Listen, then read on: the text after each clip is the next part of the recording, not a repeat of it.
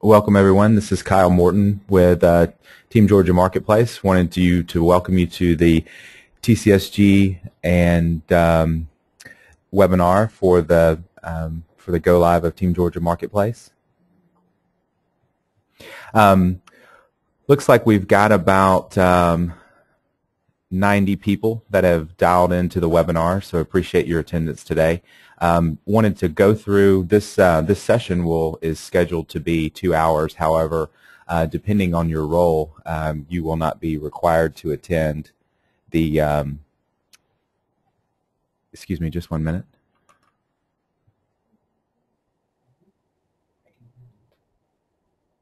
I've got a couple people saying that I cannot be heard.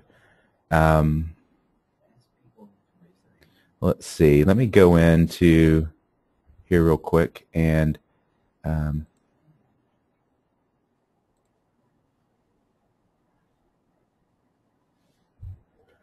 the phone does not work on the all right. Again, this is Kyle Morton with Team Georgia Marketplace. Wanted to welcome you to our Go Live webinar for technical colleges and the TCSG Central Office. This webinar is scheduled for 2 hours. It will, depending on your role, you will not be required to sit through the entire webinar. Kind of the agenda that we'll go through is I'll discuss shopping and assign cart approval first, and then we'll move into requesters, and then we'll go to the buyer roles.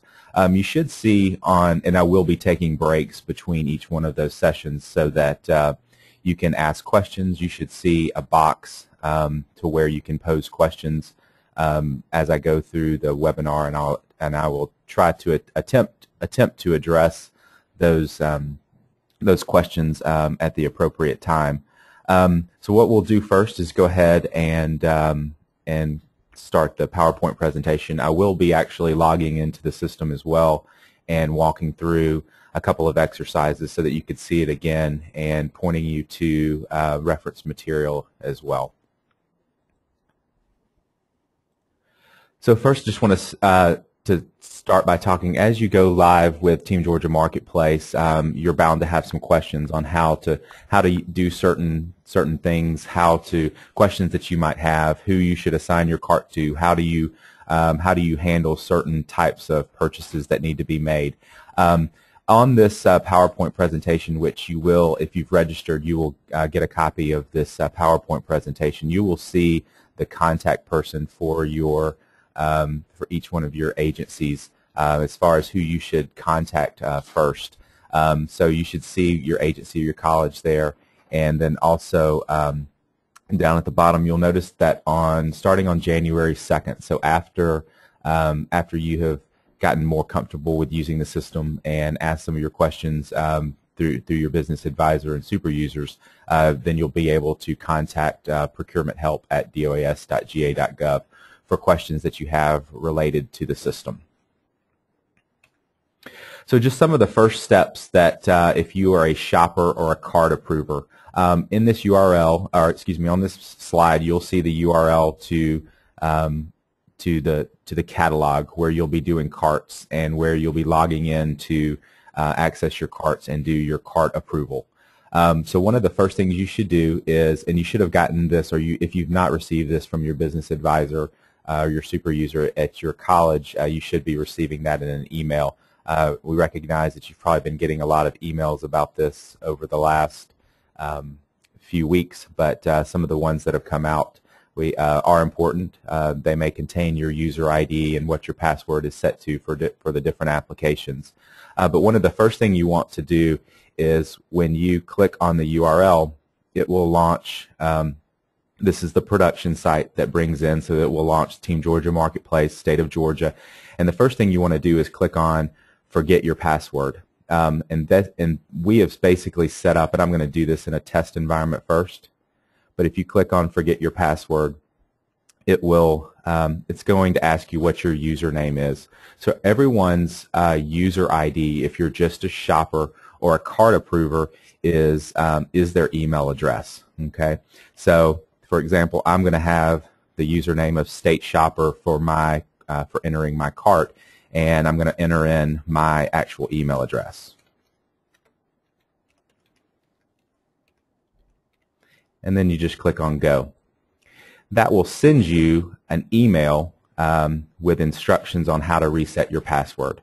So everyone's going to be required to log in and reset their password, and also set up their 3 questions. Okay, so you should get an email that that comes to your email account that tells you that you've gotten a password reset request. Okay, and it basically just should say "Dear" and your name, and then the link that you'll click on to actually log in. So when you click on that link, it's going to ask you to enter in your username, and then it'll ask you a question, which is, what is your email address? Okay, and that should help you get in. We did have a lot of successful logins yesterday for the shoppers and cart approvers, so that's a good sign that that is working. If you are at North Georgia, we did have one issue with the forgot my password just because of the length of your email address. So we did reset all of your, so your username is still your email address, but your password was reset to password. So when you enter in password, it will force you to reset your password.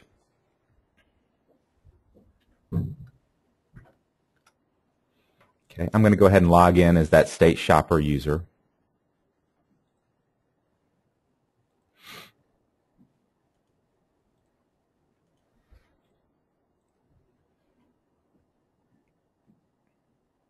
So one of the first things that you'll want to do is when you log into the virtual catalogs or to the catalogs is you want to click on your profile.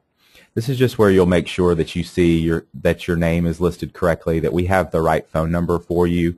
You'll notice that your email address is in there. You'll also have a business unit, which should be, this is your 4-digit code designating your business unit. And it'll be a good idea, and you'll notice that your user ID, go ahead and change your security question to one that you can answer. And then you put in your responses and save that. Just so that you have that. We don't want your security question to be what is your email address. You need to go ahead and change that to something that you can answer. All right. So I'm going to go into to shop, and the first exercise that I'm going to go through, and that's if you do that process if you are a shopper or a cart approver. If you're a PeopleSoft requester or a PeopleSoft approver, I will go through that process as we move along in the webinar. One also thing to keep in mind is if you were if you had a current shopper ID. So a lot of you had, and we saw this. There were some of the colleges that had over 100 shopper IDs that had already been created for over the last couple of years for going in and shopping and looking to see what was on statewide contract. Those user IDs that you created will be inactivated. We started some of them yesterday, inactivating them, and so some of you got an inactivation email. You will be getting, so we will continue to inactivate your old shopper IDs this afternoon and tomorrow. So when you get an email that's telling you that your shopper ID has been inactivated, you'll notice that was your existing shopper ID that you had already registered for. We do want you to start using the new shopper ID that we've created, because there's of course additional functionality and different roles for that shopper ID. So we started doing that yesterday, and then we had some questions that people thought that their new shopper ID was being inactivated when actually it was your old shopper ID. So it's in the email. It tells you what your user ID is that's getting inactivated. So I'm going to go ahead and log in, and the first cart that I'm going to create is a cart for a non-catalog item. Okay, so the first thing I'm going to go through, and basically to do that, you'll come to your home shop page, and you'll click on the non-catalog item. So the non-catalog item comes up, and this would be if this was something that was not on statewide contract that's out in the catalogs, And the supplier that you're going to put in is best vendor. So if you start typing in BEST, best vendor will default in, and you just select it. And then you'll notice that it says best vendor at the top of the form. So all of the suppliers that you order from are not in the virtual catalogs. Only suppliers that are statewide contract suppliers are in the catalogs. Once the cart gets pulled over into a requisition, that's where your requester or your buyer will assign the correct vendor that should receive the purchase order, or if this is an item that needs to go out for bid, then they'll put it out for bid for as well. And I'll walk you through where you need, if you know who you're going to buy something from, I'll show you where to put that in the comments. So the first thing you'll put in is your product or service description. And so if you're buying something for a good, for example, it should typically always start with a noun. For example, I'm going to type in fencing and then put in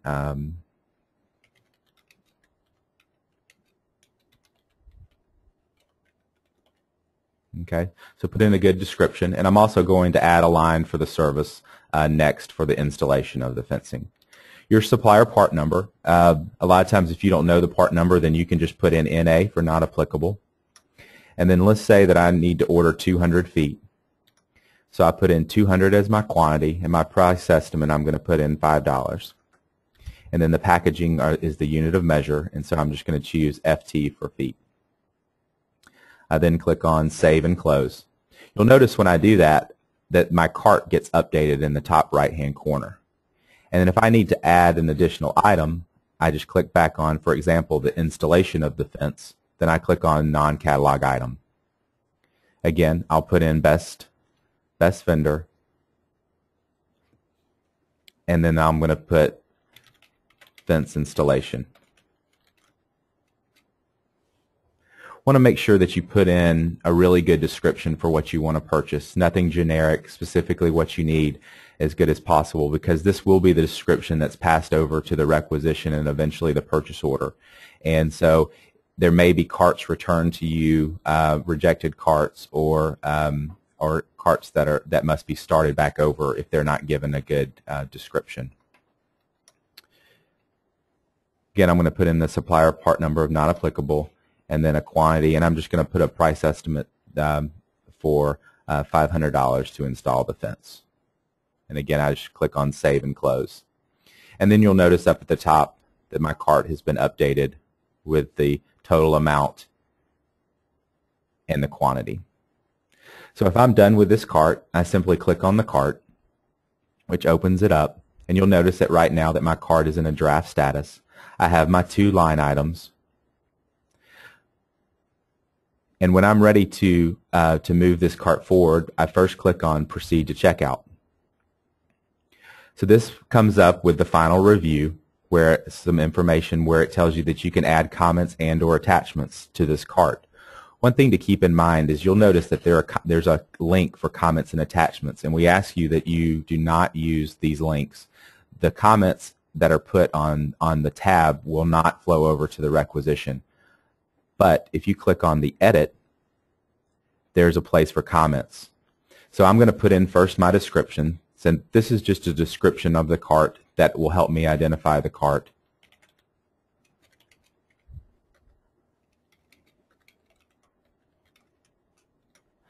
And then I put in the comments.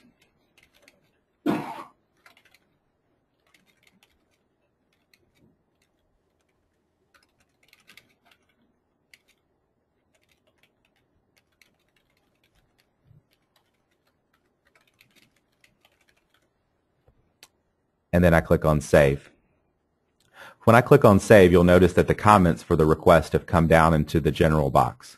And if I need to add an attachment, and this could be something like, it could be a quote from a supplier, it could be a picture of what you want, of what you're purchasing, or a scanned copy of something, you simply click on the Add Attachments. And you'll notice that this is a file. I can name the file. For example, this is my fence picture. I then browse and find the scanned copy on my computer. I select it, and then I open it. I then click Save. So that's transferring the image, of course, from your computer onto the cart.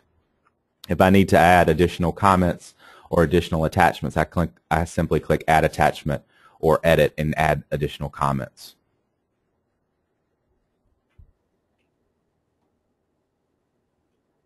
To move the cart forward, I then click on the Assign Cart button. So this is a page that comes up and it will say Assign Cart to, and it may have someone in this that may be your direct supervisor or someone who is supposed to approve your carts. You'll also notice that some of you may have a select from profile values. For example, I'll click on this link and I hit the drop down. My preferred approver is in this list, but also there is another someone who might be an alternate. You may have specific business processes within your college that dictate who should approve your carts. If you have questions about that, you should contact your business advisor. They may need to add someone to your list of who you can assign your cart to, or they may need to make changes on your initial setup.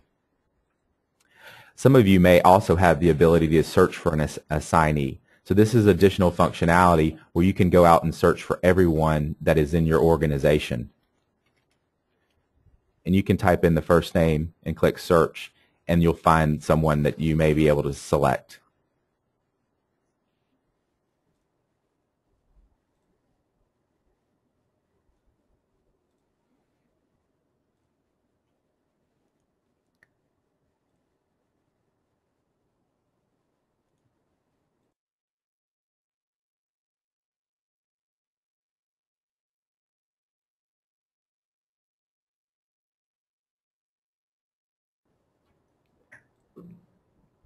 So I'm not going to assign the cart to anyone other than my preferred assignee. I'm going to go ahead and close that. And on this note to assignee, so this note to assignee is information. It will be saved on the cart. They're not attached. They're not comments that transfer over to the requisition. They're simply notes that are sent to the assignee, but they're also sent in the email to the assignee. For example, if I wanted to put in a note explaining when I need this or more information about the cart, then I put it in this note to assignee.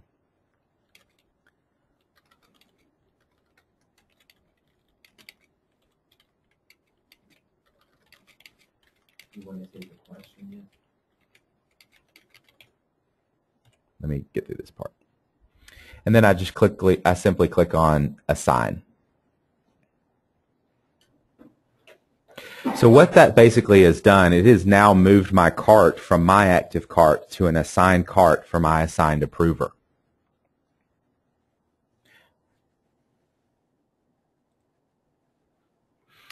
So some of the things just to talk about that I wanted to go through for the shopper is we're going to go out next and create a cart for a hosted or punch out, and then we just did the cart for a non-catalog item.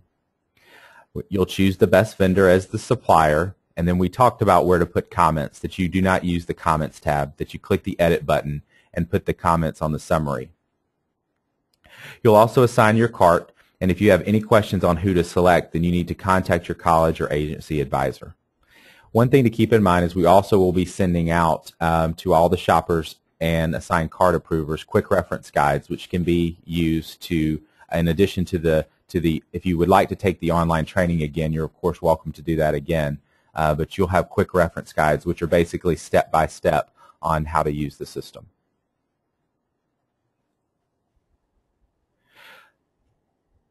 Okay, before I move on and to log in as an approver, I wanted to, I'll go ahead and look through some of the questions that have been submitted, and if you have some questions, I'll try to answer them. Again, if you have questions that are specific to how you should route things or things that might be specific to your college or agency, then you will need to contact your business advisor for those types of questions, just because we have all colleges may do things a little bit differently.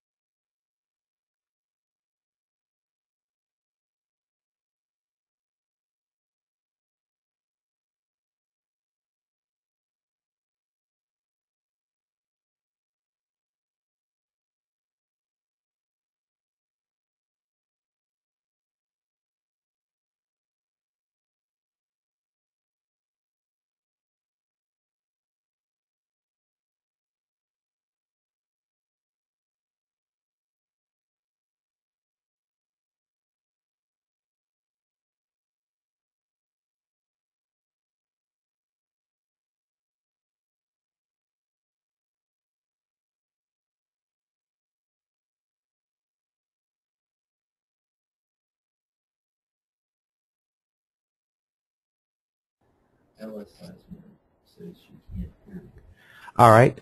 Thank you. I did mute myself for a minute as I was looking through some of the questions. We just had one question posed that will be appropriate for a little bit later in the presentation for requesters and buyers and the business advisors. So wanted to go through move to the next slide, which is to discuss the cart approver overview. So as a cart approver, you will receive an email notification when a cart has been assigned to you. And the carts will be under the carts tab and also under an approvals drop-down link. And basically, some of you there are different processes for how you will then assign your cart to someone else. Some of you may be a requester, and you're getting the cart assigned to you directly, and you'll pull that cart into PeopleSoft as a requisition. Some of you might be an approver that are going to assign the cart to another or to a requester to have them pull it in, and then some of you you may have someone else that the cart needs to go to, and again, you'll need to find out from your business advisor who your path for how your carts need to get the appropriate approvals. And again, we will have quick reference guides available to you that will show you this process. So I'm going to go ahead as the state shopper, log out, and log in as the state approver.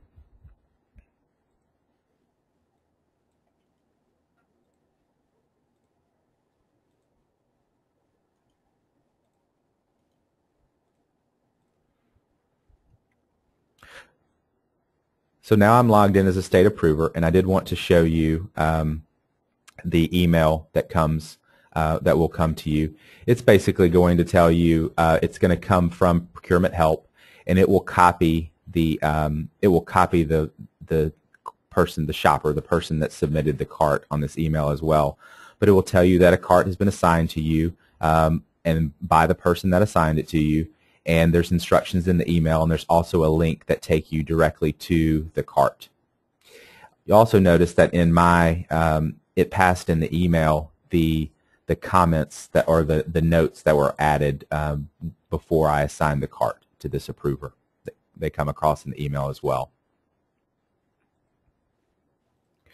So if I'm on this page, there's two different ways that I can get to the cart that has been assigned to me. I can click on carts, and I'll have a link. I'll have a section called drafts assigned to me. For example, this is a couple of carts that I've done today. You'll notice that the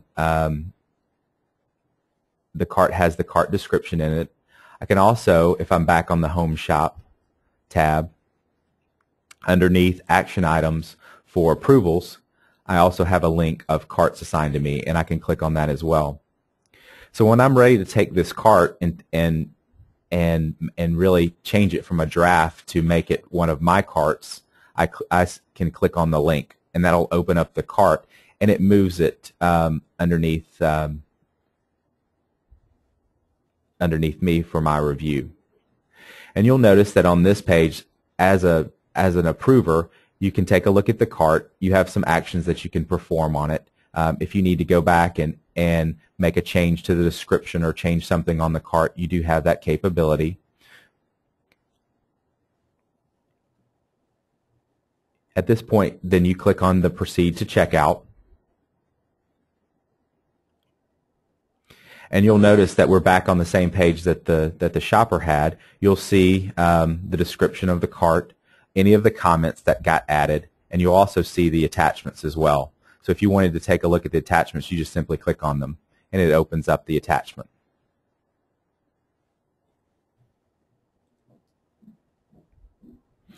You'll also notice that you can click on the History tab, and the History tab is a tab that's always going to keep track of everything that happened on the cart.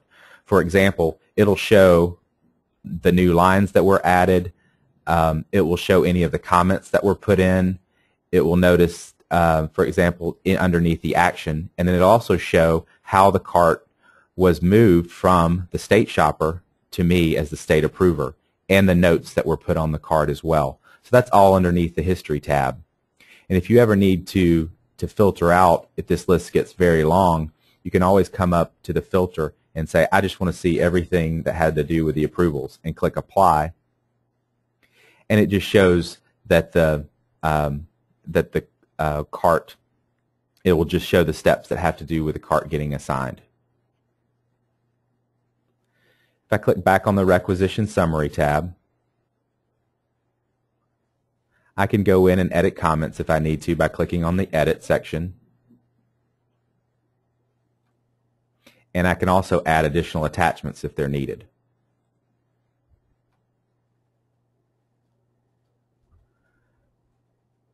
The next step in the process is to click on the assign cart.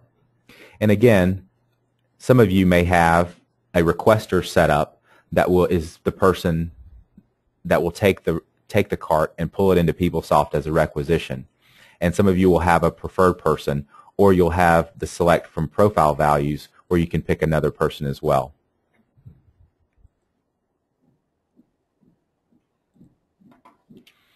You can then, once you're ready to assign this cart, for example, in my example, this is going to be the requester that's going to pull in the cart into PeopleSoft to create a requisition.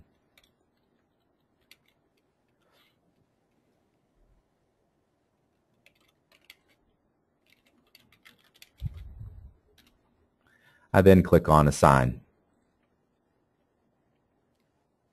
And that will tell you, congratulations, it's been successfully assigned for further review. It is now sent an email notification to, in this example, the requester, who was the next person that the cart was assigned to.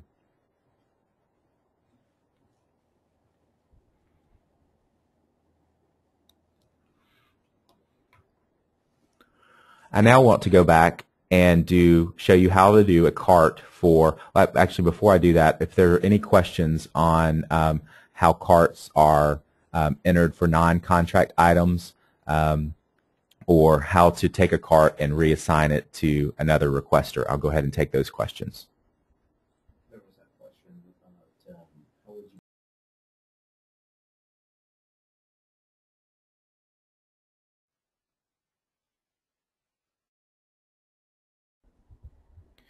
We did have a question about how would you change the vendor from best vendor to another vendor. On the cart side, you will not select the actual vendor, and that reminds me, I did forget to put where you should store the in the comments section is where you should put who the supplier actually will need to be on the requisition and purchase order. So so your requester or your buyer, depending on how your college is going to their business process, will actually change it from best vendor to the actual vendor and supplier on the PeopleSoft side, which is where all of your suppliers should be. Of course, if you need a new supplier set up, you'll continue to use your current process of sending that information to your purchasing department so that they can get the vendor added, or however it works at your college or agency. But you will you will not reassign the cart from best vendor on the cart side. That will happen, and I'll show requesters and buyers how to do that on the requisition once we've pulled the cart into the requisition.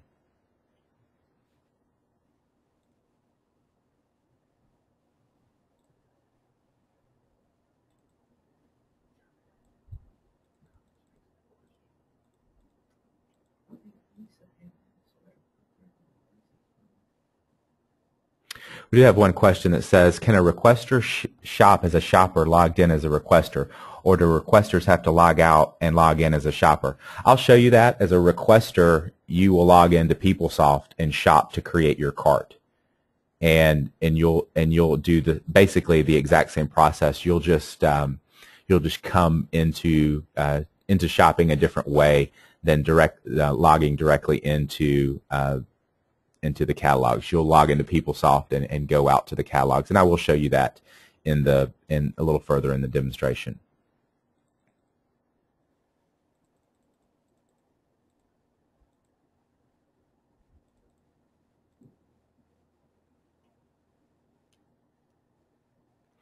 One person had a question, at the assigned card, is that the same area you will add the P card approver? Your P card approval process will happen over in the PeopleSoft application is where a P card would get assigned to. So you can't put a P card on a cart, but it can happen on the requisition. So if it needs to be something that's going to, if you're a shopper and you don't have access to put the P card on over on the cart, then you would just need to put that in the comments, and your requester will actually have to apply the P card to the requisition. And that's so that the P card or the requisition that's with a P card has the approval process done over in the PeopleSoft side.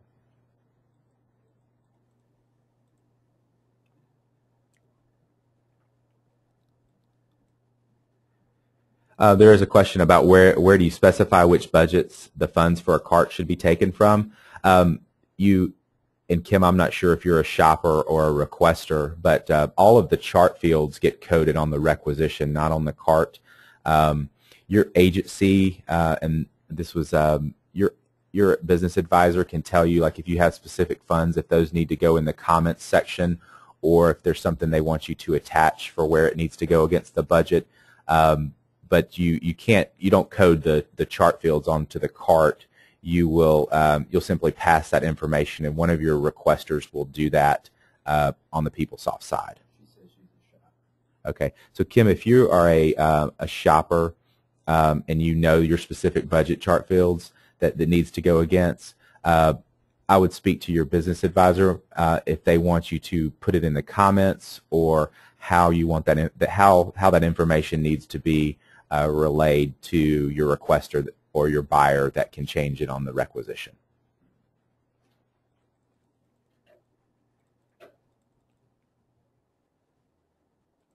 There any other questions on how to do a cart for a non-statewide contracted item? And I'm going to do an example in just a minute of how to go out and shop off of the Office Max catalog and pull in a cart for something off a statewide contract as well.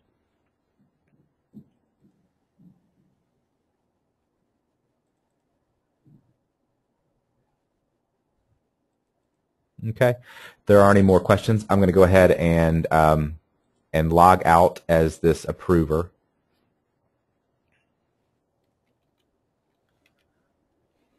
And log back in as the shopper.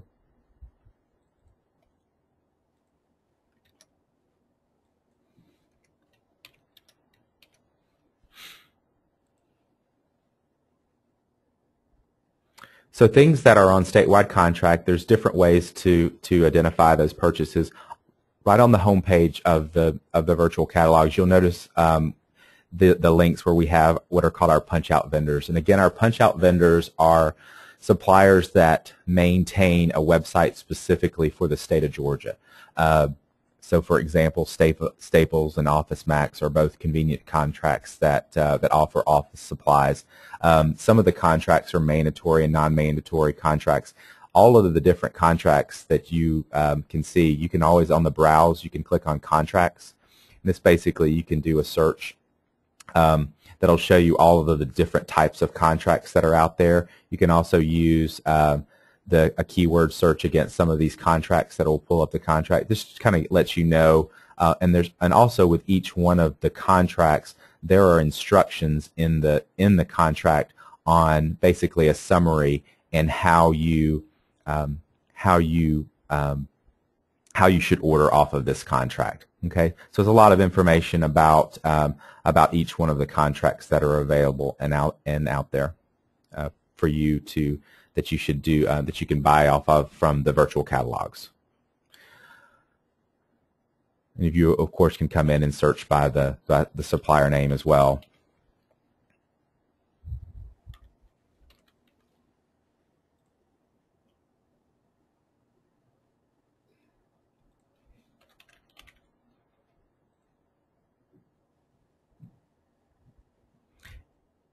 And it'll tell you, for example, Office Max is a punch-out.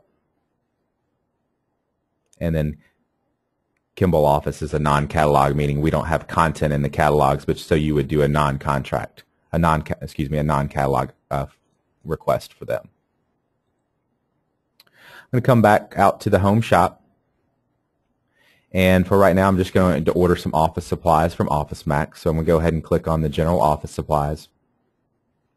So the very first time, and some of you, when you come out to the Office Max website, and Staples also does this as well, they do want you to register with their site, and they want to provide you a PIN number, which this PIN number is used to help you track your orders. If you have a question about your orders, it's basically your personal account number that they'll have on file in case you need to contact them on returning an item or a late shipment, or you can validate with them if they received your order once the purchase order has been sent out. So a page will come out, and I'm just going to click on your profile and on this contact information. And it's basically just a page where you come in and put in your name, your email address, your phone number, and then your primary address. So each one of you who orders from Office Max and Staples will be required to come fill out this information. Once you fill out this information, it will send you a PIN number that you should keep handy in case you have some questions specifically with Office Max or Staples about your orders. So I just come back onto the Manage Orders page, and I want to go and create a new Office product order. I can come through and search based off of what type of category it's in. I can also click on the core bid item list, which are a list of especially contracted price items that we have set up with Office Max for the state of Georgia. So I'm going to order some Post-it notes. I just basically put in the quantity that I need to order, add them to my cart. And I can also go out and search for example, maybe some binders.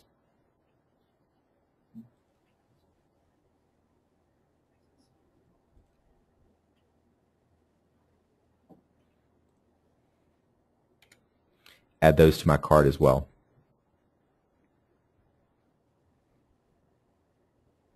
When I'm done filling up my shopping cart, I click on Checkout. So when I check out, it's bringing the items from the Office Max catalog back into the virtual catalogs or back into my shopping cart. And you'll notice that I have the 2 items. At this point, I can then click on Proceed to Checkout. This is where I can add comments that will pass over to the requisition or potentially put an attachment. From this point, it's basically the exact same process. I click on Assign Cart, and then who I should assign my cart to comes up.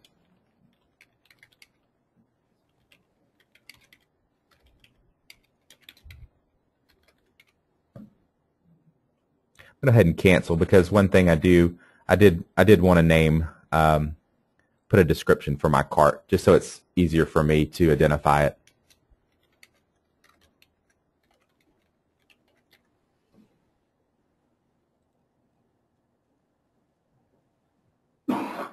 Then click on the Assign Cart.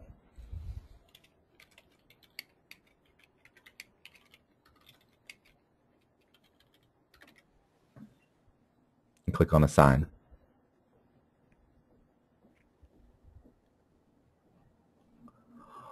One thing as a shopper that you can do is you can always come back to your document search.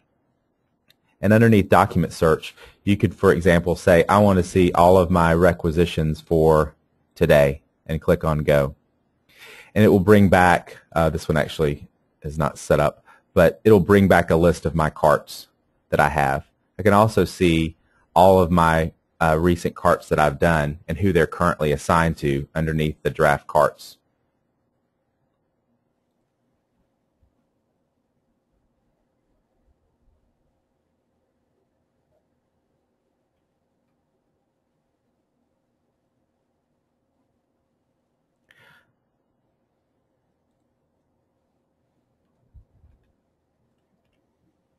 Are there any questions on how to do, how to create a cart for a statewide contract purchase? We won't get into specifics of each one of the contracts today, just because that that call could go on for a while, but if there is a specific contract that you're looking for, then contact your business advisor, and if they're not aware of where to find the contract, then we can help you locate that contract as well.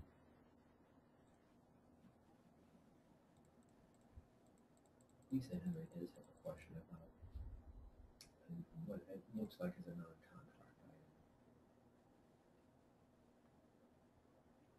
item. Let's see. There are some questions that have come in specifically about contract, non-contract. What I would recommend is to go out and do a search for your specific supplier and read how to order from that supplier.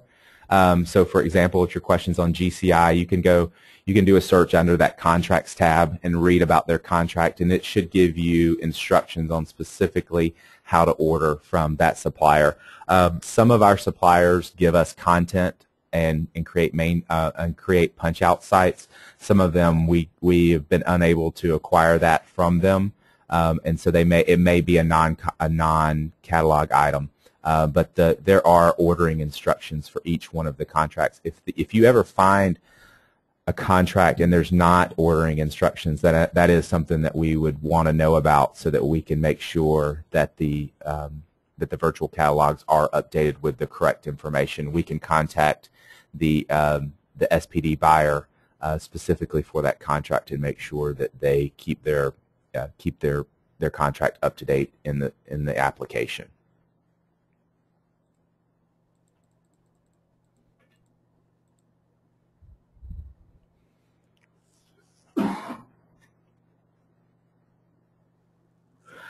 We did have a question about the notes. When you click on a note to an assignee, the note to the assignee only goes to the assignee in the email, but it is on the history of the cart.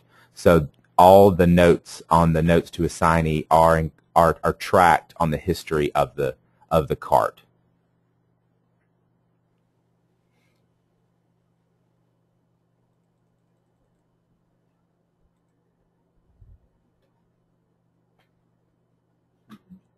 There is a question about, do we go to the marketplace for all purchases, even small ones now? I would recommend that if you have a specific question about your processes for what types of purchases need to go through the marketplace, that you contact your, but if you were basically doing a paper requisition for a purchase, it will go through this process.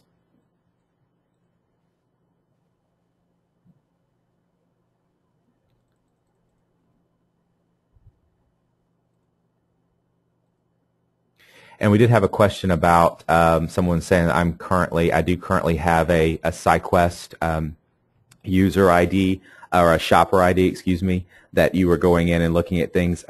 We will be inactivating all of the existing SciQuest IDs, and you should be using your new SciQuest, or excuse me, your new shopper ID, so that you can access it that way. So those.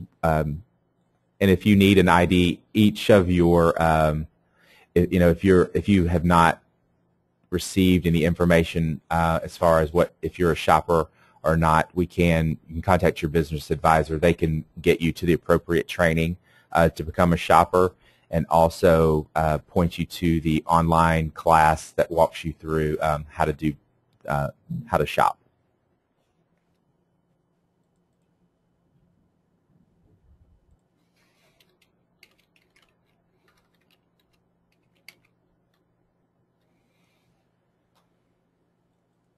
Okay. I think those are all the questions that we got for cart shoppers and cart approvers. Again, you will be getting quick reference guides that walk you through this process. We appreciate that the majority of you got through your training before the go-live date. There will be more communications going out, and there will be updates that happen as this process moves forward. Each day we will be having daily calls with representatives from each one of your colleges to answer questions for them that they might not know, that we can help them with, any kind updates that might need to happen to quick reference guides or any type of material, we will make those updates and get those sent back out to you as well. So we appreciate you attending this webinar today, and we're going to take about a 5-minute break, and then we will go through, if you are a requester, how to take these carts that have been assigned to you and pull them into PeopleSoft to be requisitions and get them routed for approval. So if you're a shopper, if you're just only doing shopping and cart approval, then you feel free to go ahead and jump off the webinar. If you are a requester or a buyer or one of the central office folks or it's not central office, excuse me, if you're one of the core team members, then you'll go ahead and stay on. So I've got 10:52 right now. We'll be back in 5 minutes at 10:57.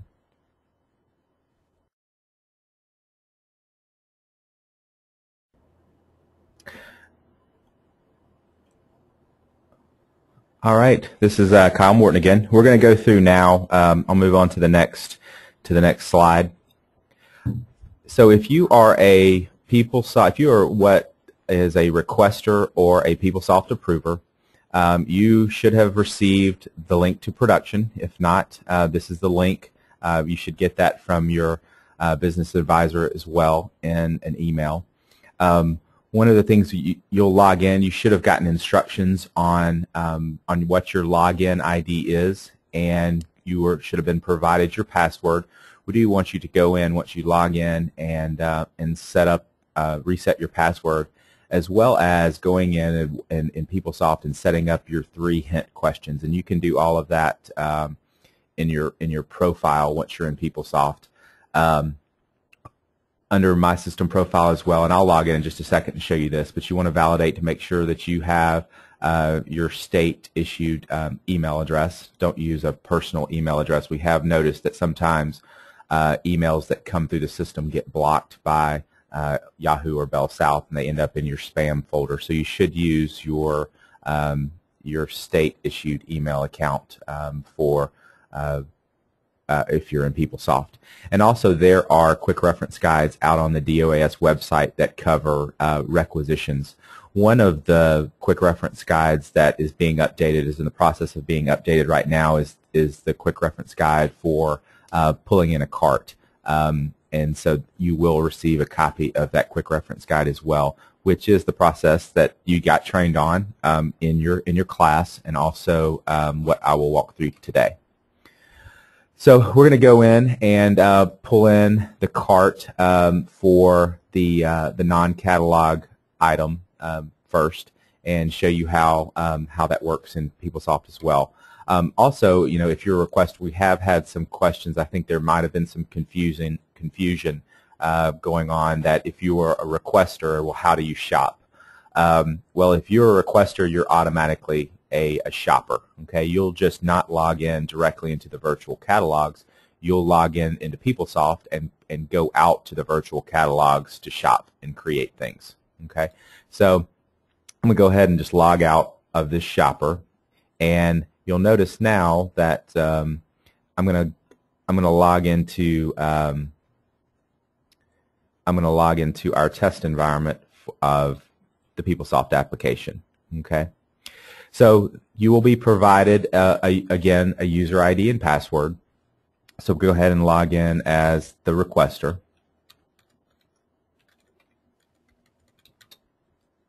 and click on Sign In. And so as a requester, this is the main page for PeopleSoft. And where I wanted to talk to you about is where you can come in and you can click on My System Profile.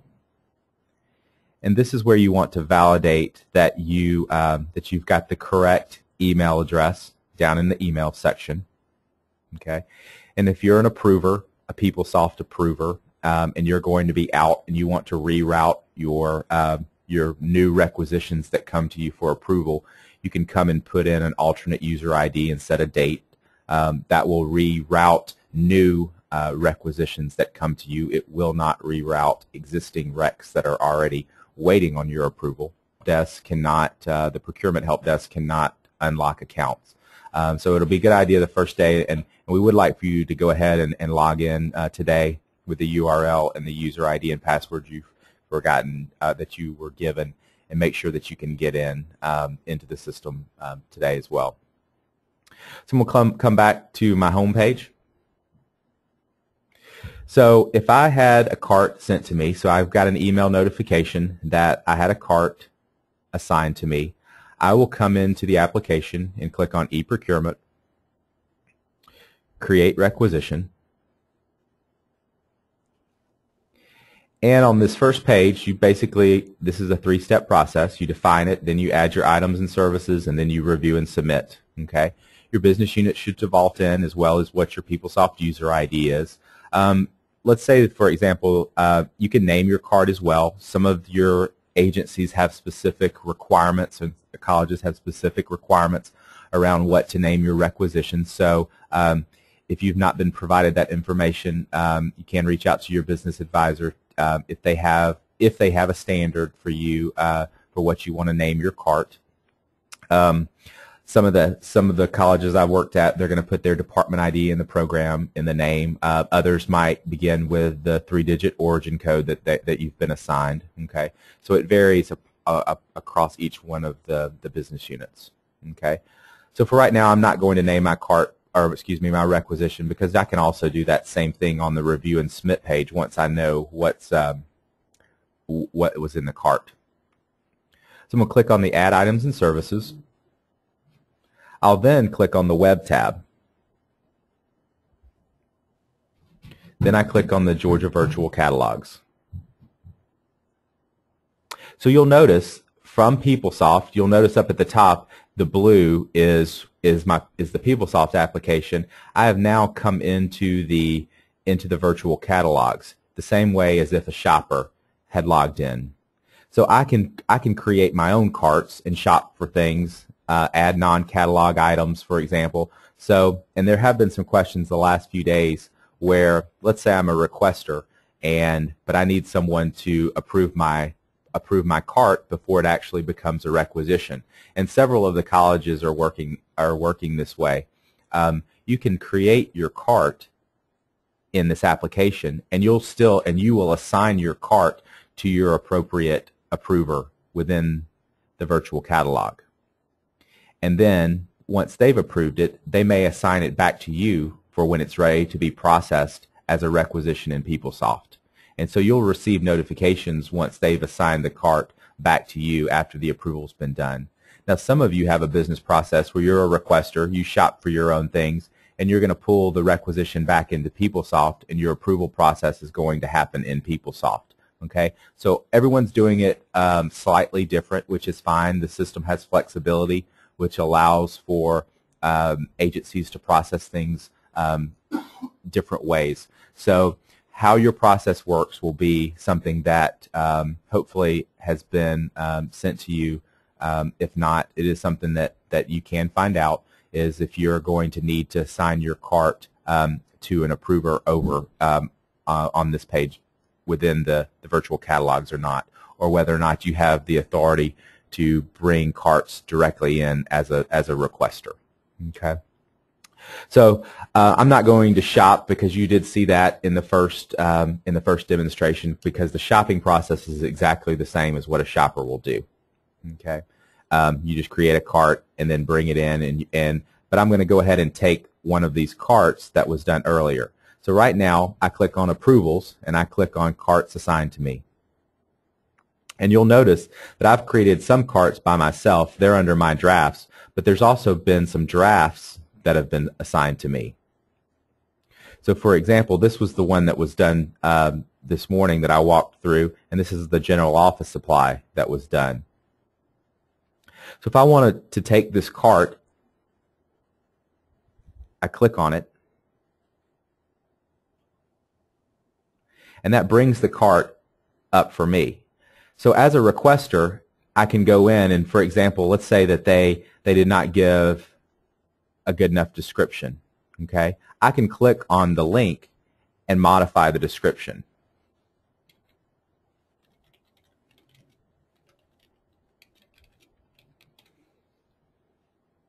And save it. So as a requester, I can modify the cart. It is going to keep a history of every change that I've made, and I'll show you that once we get to after we proceed to checkout. I also have the ability to add lines. Again, it will show who added each one of the individual lines. If there's something that I want to take out, I can select the line and remove that selected item from the cart.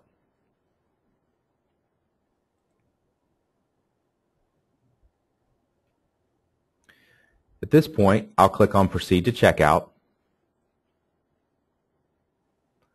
And you'll notice that I'm on the same page that I had before. If I need to add attachments, I can do that as well. Now, one thing that's important that you want so these comments that are on this requisition, these are going to pass from the cart over into the requisition. So you will not have to re-enter any comments that have been put on in this section. However, the attachments will not pass over automatically. You will need to open these attachments and save them to your computer and reattach them in the PeopleSoft side. Unfortunately, there is not the technical functionality to be able to pass attachments from this application into the PeopleSoft application. We did attempt to find out if that could be done, and that was something that could not be done. So any attachments that are on the carts have to be basically saved down to your computer and then uploaded, and I'll walk through that process. So I'm going to go ahead and just open up the attachment and save it onto my desktop and then close. I can click on the History tab, and this is really where I'll come to see, you know, who all authorized this cart. That's so I can come to the History tab and say, all right, I want to see all of the approvals that happened on this cart, and click Apply. And you'll notice that it shows that it came from the state shopper to the state approver, and then it went from the state approver to the requester, or to me. So this is what the History tab will show you for each one of the carts, basically everything that's happened on the cart.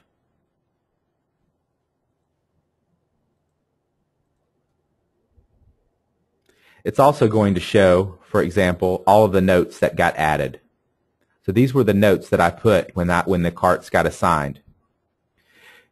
It'll also show you that I modified the line description. So it went from a fencing chain link galvanized to including the post in caps. So the from and the to, and the user that performed that action. And that happens on each one at the line level.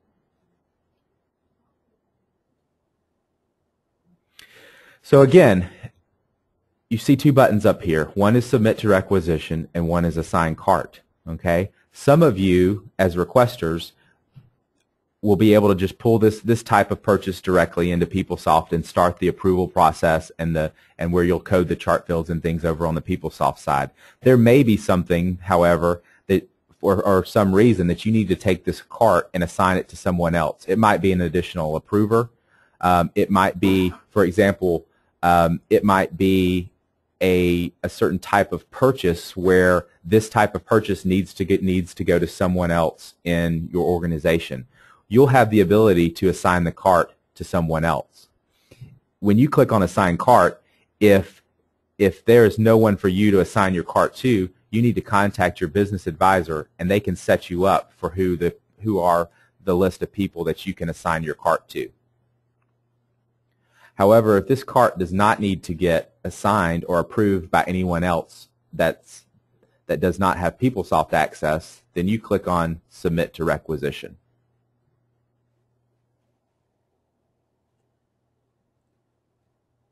So this will take the cart line items and comments from the cart over into the PeopleSoft application. So if I click on the Review and Submit page, you'll notice that my 2 lines have come over, and also all of my comments. So what we are passing in the comments is the cart name. So that's going to tell you who the shopper was. So the date that they entered their cart and the email address of the shopper. So this helps you keep track of who was the initial cart shopper for this particular purchase. There's also a comment that comes over that tells you that there have been attachments, just to remind you that you may need to save them to your local drive and attach them into PeopleSoft. If you want to get rid of that comment, you can delete it out, because now I need to remember to go attach that attachment that they put in. You'll also notice that I added a comment that the vendor, who the vendor should be, and a comment about the actual picture. All of that information passes from the cart over into the requisition. At this point, I'm going to go and add the attachment for the picture of the fencing. So I'll click on the comment button, or bubble, excuse me, and type in a comment.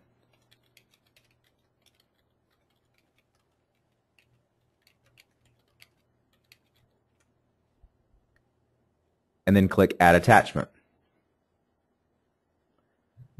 I then browse for the image, and I stored this on my desktop.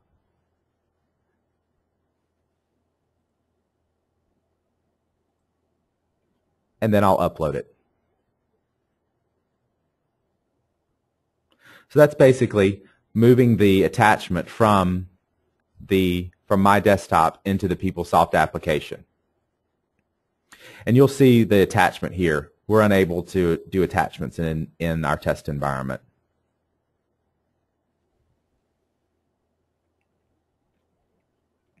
Also, this is where the requisition can also be named. So before, remember I told you could define it on the requisition tab. You can also define it on the review and submit tab. So for example, I'm going to put in, I know what my origin code is. And again, this varies by college of what the name should be. But it's just a field that helps you search for, and I'll show you on the Manage Requisition page how you can search for this. So I'm going to type in my origin and just a description. But again, your agency may have a different requisition naming convention. So I have these two lines, and I know who the vendor is that needs to get this order. And I also want to go change the accounting for or the budget where this requisition needs to go against the budget. And I do that by, you'll notice that I can expand this section, and this shows you all of the default chart fields that came onto the requisition. So this is where it goes against the budget.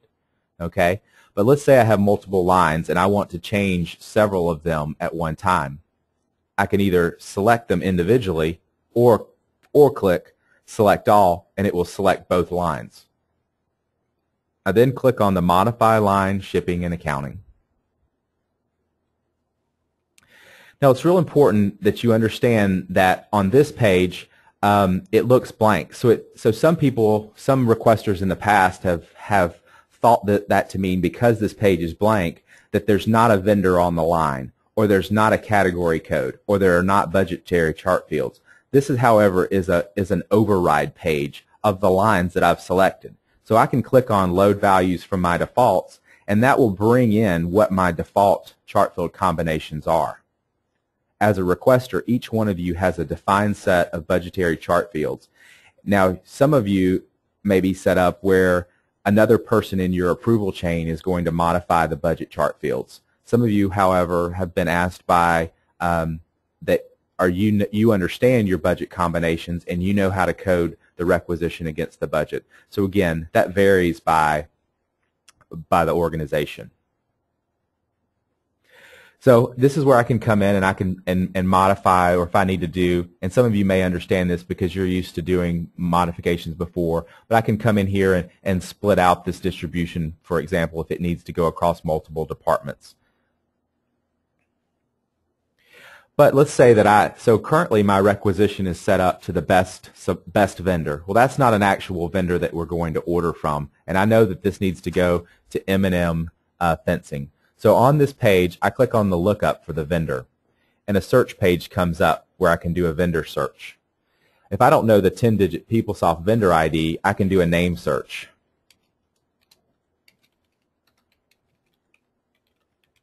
And click on Find. So this is going out. Sometimes this search may take a while because it is searching over 300,000 suppliers that are in the PeopleSoft application that are currently in there. So if there is a supplier that you use very often, it would be a good idea to note down their 10-digit vendor ID, which will save you time when you're doing your requisitions. Otherwise, you'll have to search the database for your supplier.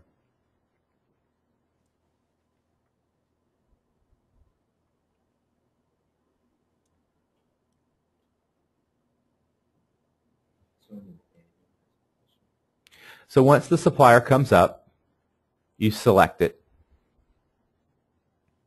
And that just brings it into this page. Also, some of you may be required to change the category code or the NIGP code. If you do the lookup for that, this is where you can search by description. For example, I'm going to search for fencing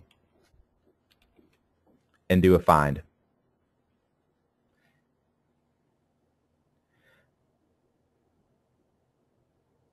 You'll always want to pick an NIGP code that does not end in 00. The 00 are higher level codes.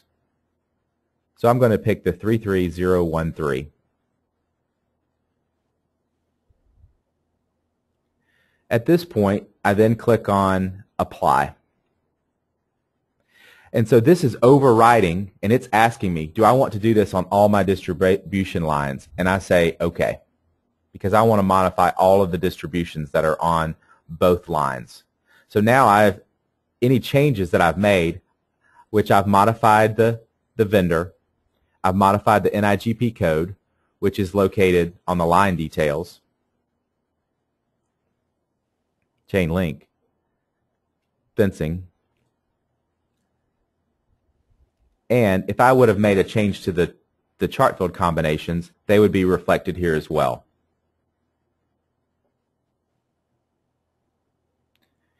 I'm going to go ahead and click on, at this point, the Save and Preview Approvals. Now this is saving the requisition in the PeopleSoft application. So you'll be given on this confirmation page a 10-digit requisition ID.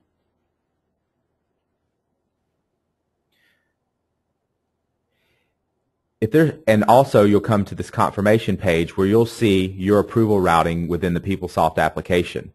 So there may be multiple steps here. Again, these vary how your organization is set up with how many steps you may have. Some of you may have one step, some of you may have 3 or 4, up to 5 steps in this process.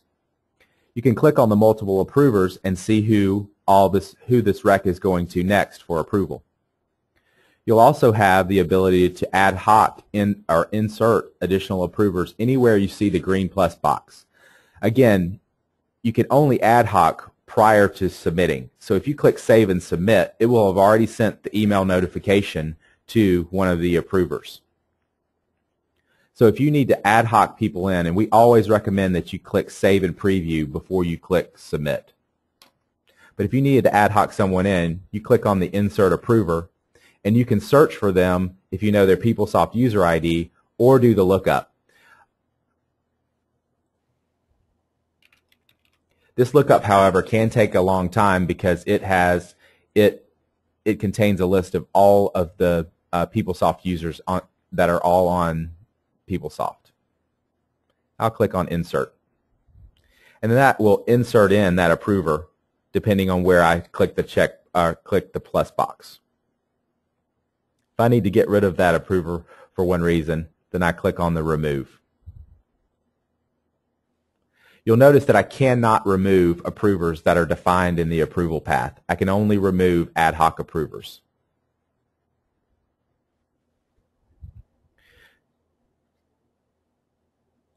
One thing that you'll also notice is that if you are back on a requisition, and let's say, for example, that you forgot your attachment, you can click back on the link, which will take you back to the cart, where you can then proceed to checkout and get your attachment. One thing, however, is you'll notice that on this page you have a Submit to Requisition. You should not resubmit a cart that has already been submitted to PeopleSoft, your changes will not get saved over into PeopleSoft, and you may get PeopleSoft error messages. So you should not resubmit a cart once it's on an active, once it's already been pulled over into the PeopleSoft side. If you're on this page and you've already pulled your cart over into PeopleSoft and it's a requisition and you need to get back to your requisition, you simply click on the cancel punch out, and that brings you back to your requisition.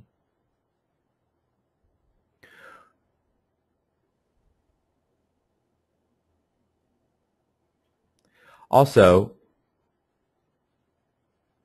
if I click on Save and Preview,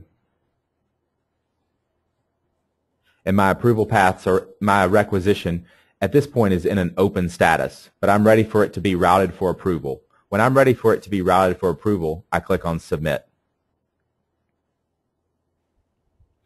This will then send the email notification and add this requisition to the approver's work list where they'll go in and approve it. And I'll walk through that process after I do a couple more examples.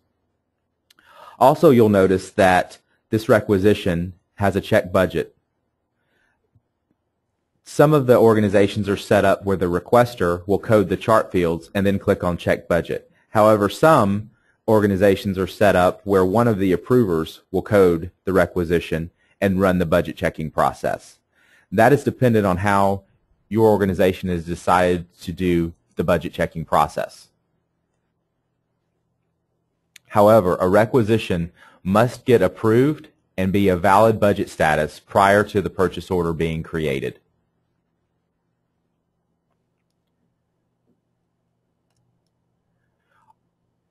Are there any questions on how a requester goes in and pulls a cart over into the PeopleSoft application and makes any modifications? Sonia just has a question. She asked it about 15 minutes ago, where our requesters will separate their shoppers' carts because we're asking for one of the vendor. Put down a little further. Let's see. We got one question that said, I would like to see how to do a purchase order. Carolyn, we'll do that next. We'll take this cart and turn it into a PO after we get through the requester side of this.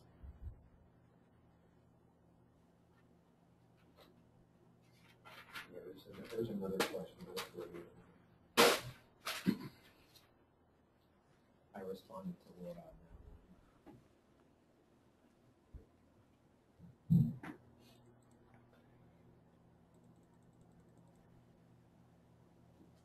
I told her yes to stay on the line. We did have a question about the P-card reconcilers or approvers. We're not going to go through the P-card reconciliation and approval process during this webinar. Yeah, today we'll only get through doing requisitions and the buyer side of it today. Yeah, we typically will go through the P-card reconciliation and approval once we've got some data loaded in for each one of the colleges, and they can view their data and ask questions specifically about their data.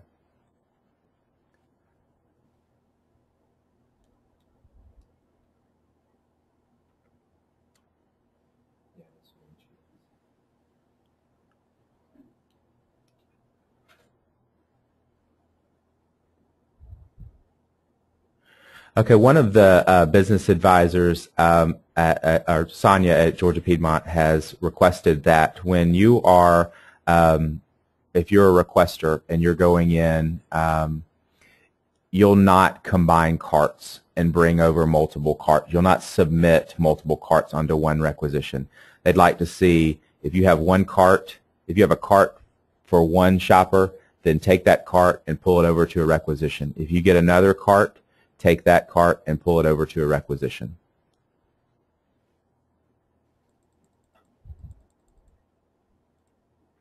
Question about the budget not passing. The budget not passing, that would be, you would have to contact your your budget office to see if you have the right budget combinations. When the budget checking process happens, it does not check to see if funds are available. It simply checks to see if that's a valid budget combination. So we do not, requisitions do not pre-encumber funds. They simply just check to see if that is a valid budget combination. Okay, so the help desk, our help desk will not be able to help you with budget combinations because we do not know how to answer those questions as far as how your budget structure is set up.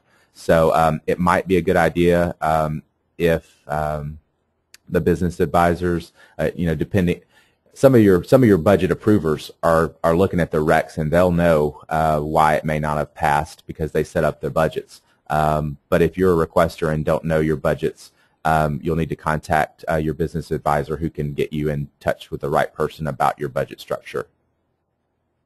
She said, will the budget error stop the process? Yes, a budget error will not allow you to take a rec and move it over to a PO, nor can it be put out for a sourcing event to be bid. So it would let the approval process move forward, but it will not let the rec be created, will not let a purchase order be created off that requisition until it's a valid budget status. There was a question, I think I answered it, about if a rec has been submitted, but you forgot the attachment. Again, you can punch back out to the cart and get that attachment through the requisition and then download that. However, just don't click that submit to requisition button again, or you'll get error messages and not be able to save your requisition.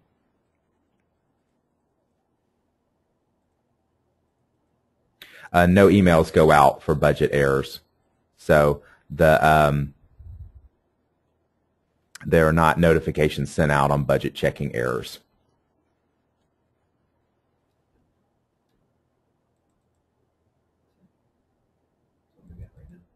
Okay, so those are all the questions that we've got so far. Great questions, and let's see. One of the steps I wanted to go back through was taking as a requester, going in and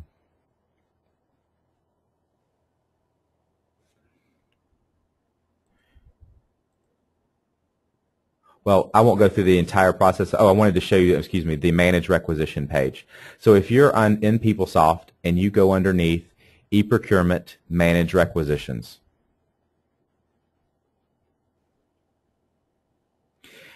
this page will come up with search criteria with your business unit, a date range of today's date less 7 days, and then also your requester ID. And you can use this page, for example, to narrow down, and this will show you a list of all of the requisitions that are out there, where you're the requester, or you could take out this requester ID and leave it blank and do a search and be able to see all of the requisitions that are underneath your business unit. You can also, based off of the name, do a search. For example, if I put in 130 and click search, it would narrow down the list of requisitions to just the one that I put 130 in the name.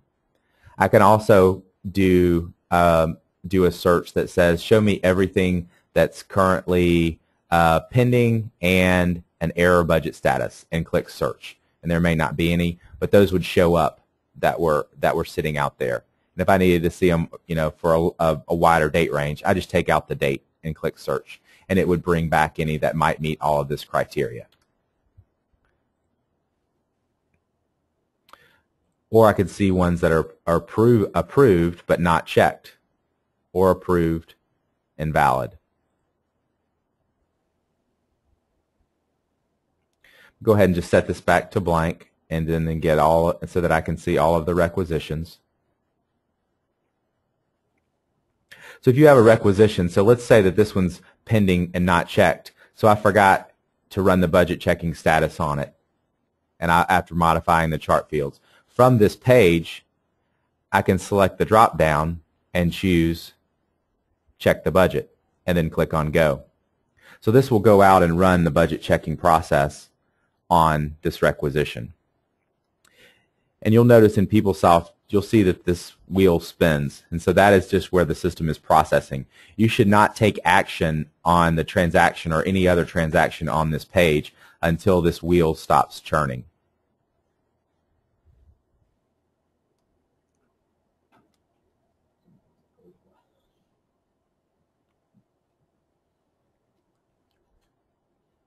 The page will refresh, and you'll notice that the budget status went from not checked to valid.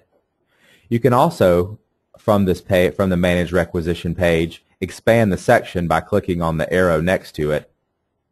And sometimes you'll see messages that pop up. It's real important that you read these messages correctly, and the messages depend on which browser you're using. For example, this one says, do you want to display the non-secure items? I'll just say yes. So this requisition, when I opened it up, you'll see the 2 lines that are on here. And if I wanted to see, and as this requisition moves through the process, so once it becomes a purchase order, the purchase order link will become available. Once it's been received, the receipt becomes available. Once there's been a voucher against it, the invoice becomes available. And once a payment's made, the payment becomes available. I also have the ability to cancel lines, individual lines from this page as well by clicking on the red X. Anytime you cancel a requisition, it'll bring up a confirmation page. If I needed to make if I wanted to cancel individual lines by taking them off, or if I wanted to cancel the entire requisition, I choose it from the drop down. If I need to make a change to this, I click on Edit Requisition, which will open up the requisition in order for me to make some changes. One thing to keep in mind, and this is really important, that's one of our most common mistakes that requesters make, and that is taking requisitions that were ordered from the catalog in PeopleSoft and taking those requisitions and copying them. Okay, so if you have a cart, for example, let's say it's an office supply order, and the shopper went out and created their cart, and it went through the process, and it got pulled over into PeopleSoft, and that requisition needed a change to it. We have requesters that go out and they'll take that requisition and copy it, and then expect that that requisition is going to be ordered. Well, if the requisition did not actually come from a cart and the cart was not created from the catalogs, then that requisition, it may turn into a purchase order, but it's not going to go out to the supplier. So requesters should never, it's going to error on the PO side. So you cannot copy requisitions that were created from carts. They need new carts. They need new carts created. Okay, so there's not a way to prevent users from doing that, but it is something common that does happen, is that instead of creating new carts, and the reason for that is a lot of the content is modified. A lot of the content in the catalogs is modified. Pricing changes, SKU numbers change, substitute items happen in the catalogs. So you don't want to copy requisitions for statewide contracted items because there's a good chance that PO will not go back out to the supplier. Okay, because the content might have changed, or the pricing may not have changed, and basically the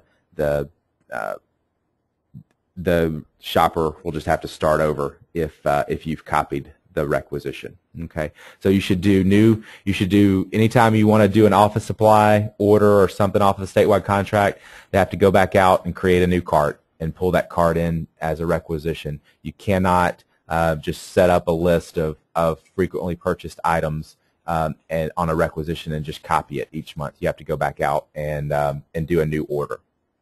Similar to how if you go into Amazon and you've added something on your wish list, if it's no longer available, then it's not there anymore, and so they're going to update their catalogs as well. So just something to be aware of, that you should not copy requisitions that are created for statewide contracted items from the catalogs.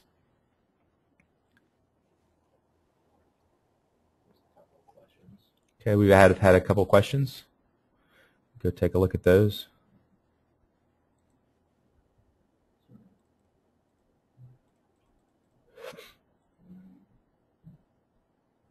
Yes, one of the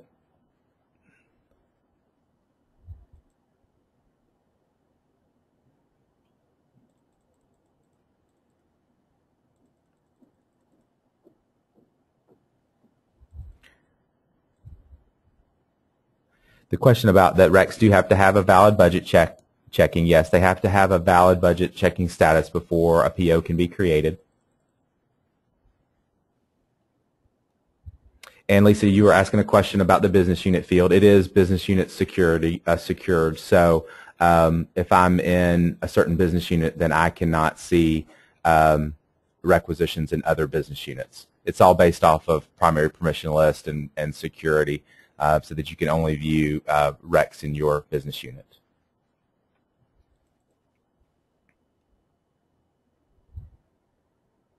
She also says, what do you see if you don't put a business unit in that field?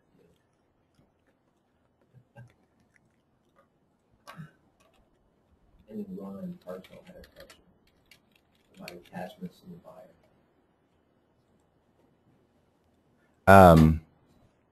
I'm sorry, what now? He said, how do you get attachment to the buyer after the rec is already been submitted? So if the attachments are put on the requisition line, then those attachments will flow to the PO as attachments on the PO. So you'll be able to see them there as well.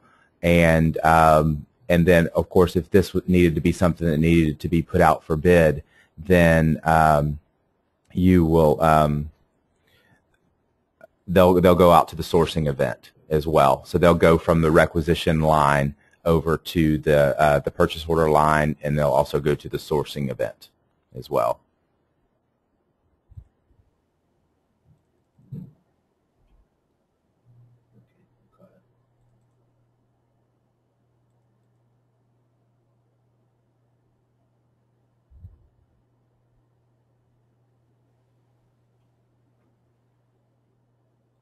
All right, so that's all of our questions for that. So now I'm going to, so I have taken this requisition and submitted it for approval. So I'm in my Manage Requisitions, and I can click on the Approvals link if I ever need to see who the requisition is currently pending for.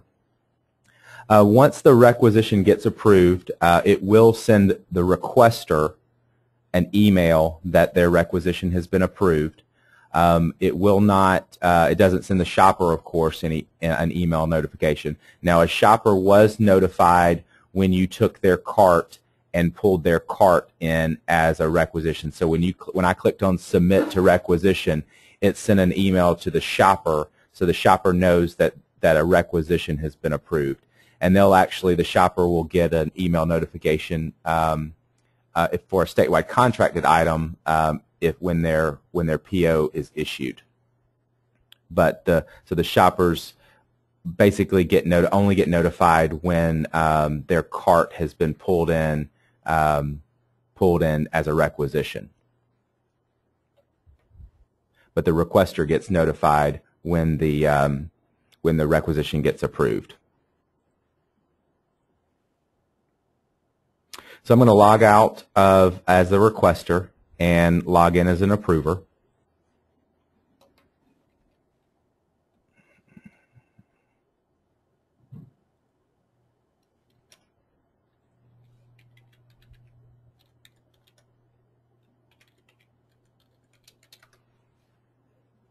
A couple different ways that an approver gets to their requisitions for approval.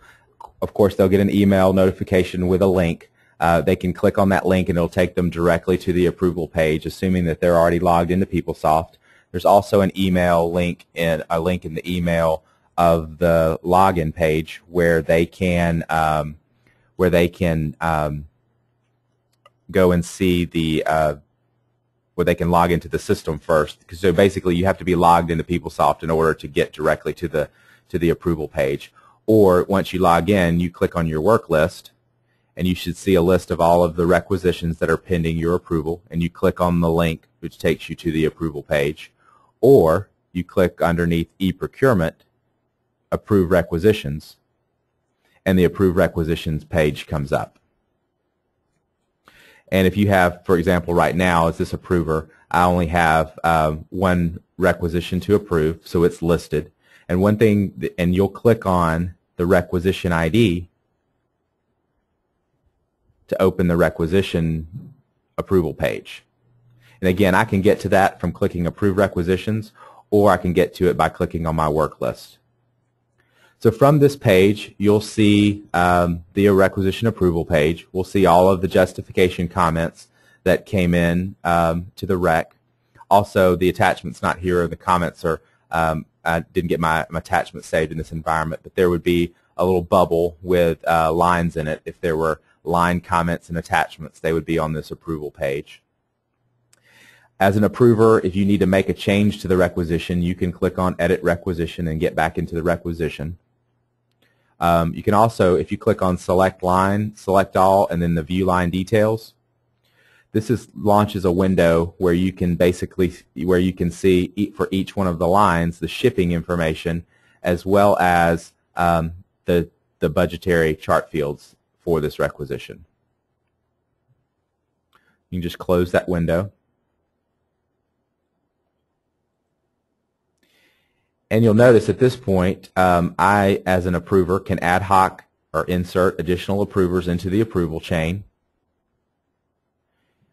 If I was the third or fourth approver, I'll see a button down at the bottom where I can push back the requisition back to the previous approver. If I click on the Deny Requisition, it requires a comment, and it will send a denial email notification back to the requester that their requisition has been denied. Those you can still go into Manage Requisition and edit those requisitions that have been denied and resubmit them for approval. However, if they're denied for a reason and you're not going to process the requisition into a purchase order or not put it out for bid, you should go back to your Manage Requisitions page, search for denied recs, and cancel those requisitions so that those recs just don't sit out there forever. But once I'm ready to approve the requisition, click on I approve or type in an approval message. And again, this is a 2,000 character field, so you can put all kinds of things in this process, in this comments field. And then you just click on Approve.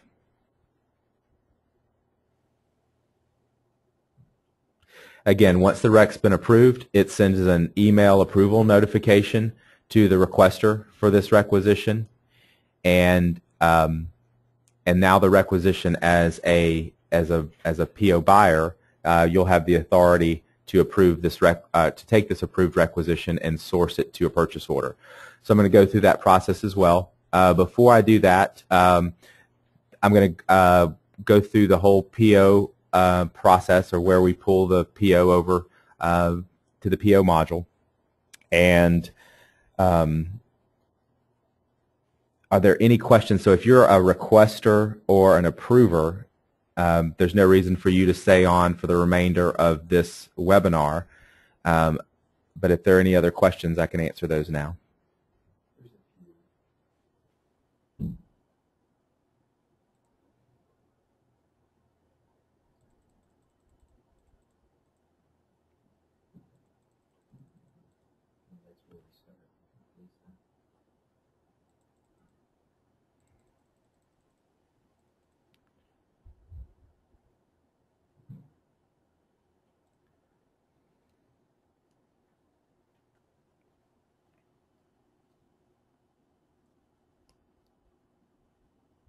So one of the questions was, does the system automatically order state contract items?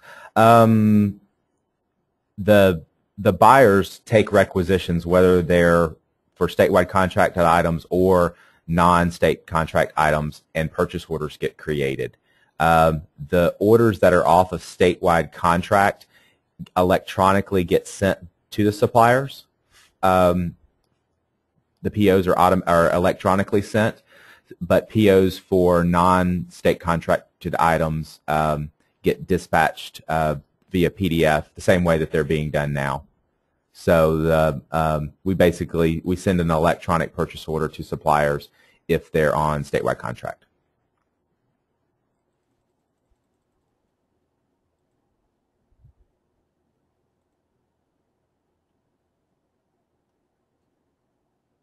So an approver, Sonia had a question about if I was an approver.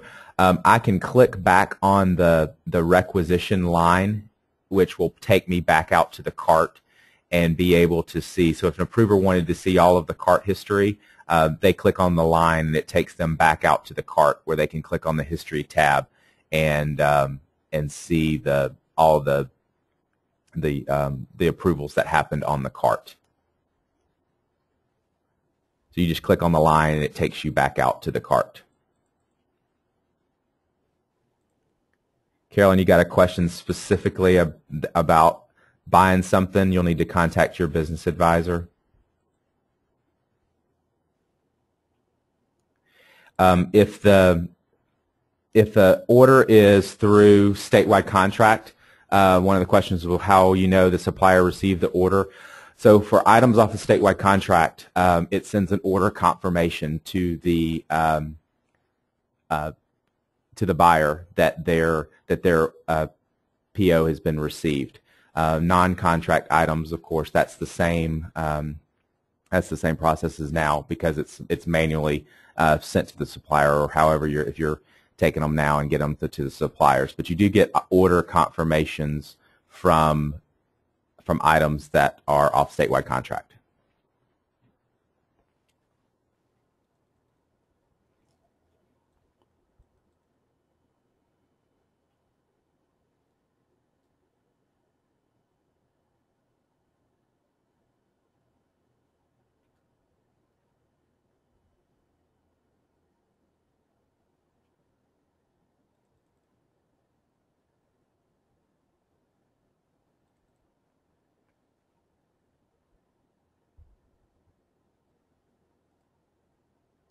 All right, so that has basically gone through the process for PeopleSoft. So if you're a shopper, a card approver, a requester, or a PeopleSoft approver, the remainder of this webinar, you can go ahead and log off. The remainder of this webinar will go through for buyers and how they'll take the requisitions and source these requisitions into purchase orders.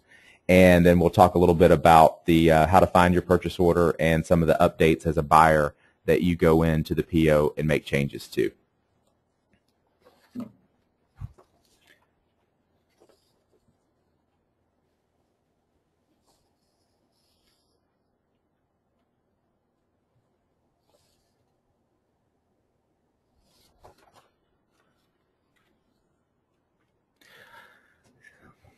Still got 60 people on the attendee list, so a lot of buyers, a lot more buyers than we thought. But so we're going to go ahead and I'm going to stay on as a login into PeopleSoft as a buyer, and go ahead and I'm going to sign out as one of the approvers and log in as the buyer. In this case, my requester was the same person that was my buyer, just for the demonstration purposes.